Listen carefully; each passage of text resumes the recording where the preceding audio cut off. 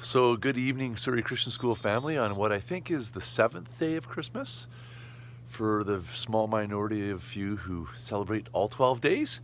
Anyways, I'm giving you a COVID update from my phone.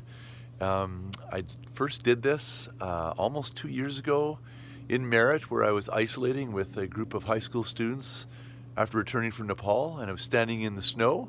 And I never would have thought I'd be doing this again a year and 10 months later, but here we are. So here's our update regarding what's going to happen with school coming back in 2022. First of all, I just want you to know that I do sound a little frog in my throatish. That's because my whole family contracted COVID, and we've not been able to find out how we got it. It spreads that easily, so it was a community spread. And just to let you know, it hasn't been fun to have COVID and to be all sick at the same time. So take care of yourself. We're on the upswing, starting to feel better, but still look and sound pretty groggy. At least I look pretty groggy. But anyways, on to what's going to happen. First of all, I want to thank you for partnering well with us. Again, I keep saying that, but during our COVID journey together at Surrey Christian School, I am super grateful for how, as staff, students, families, we've worked well together in the midst of what we've had to deal with. And I mean that in the sense of being consistent with daily health checks, and that will become even more important in the new year. Keeping kids at home when they're sick. I also am proud of our mask compliance stats, which are really high. I'm also proud of the families whose children cannot wear masks and that those decisions are not made flippantly.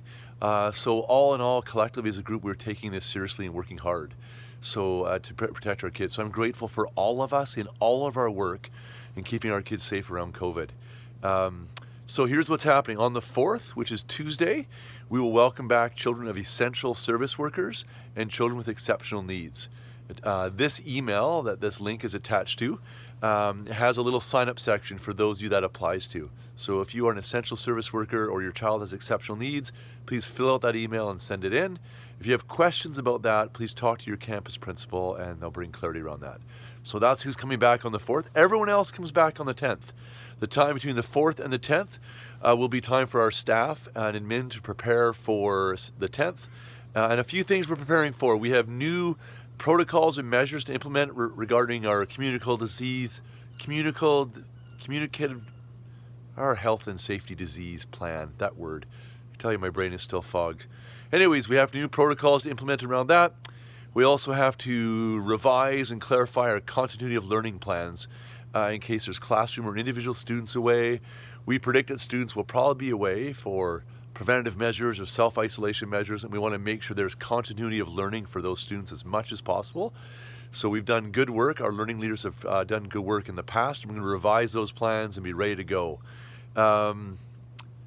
Early learning, that's another one. Early learning, so preschool, early learning, out-of-school care, all of that will continue on as per normal. It's not affected by the K-12 delayed start or phase-in start.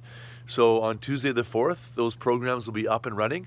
And if you are in those programs, you will receive an email directly from our Director of Early Learning, Victoria Hunt, within the next couple of days.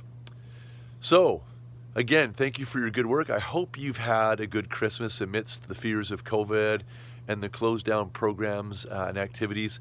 I do hope you've been able to delight in the snow a bit. It's been absolutely gorgeous. I know it's encumbered some of you on your journeys, but I hope students who've been able to play in it and just enjoy how beautiful it is and how much fun and how different it is. And I hope next week, as we expect more snow on the weekend, that the extended Christmas break gives you some joy in what is an exceptional year in negative ways. Hopefully some of the exception of being different and beautiful is good as well. And for those of you who are wondering, yes, that is the chickens in the background who are wondering what's going on.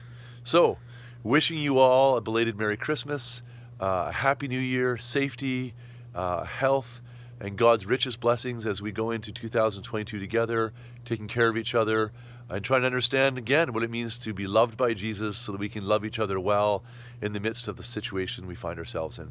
All right, rich blessings. Goodbye.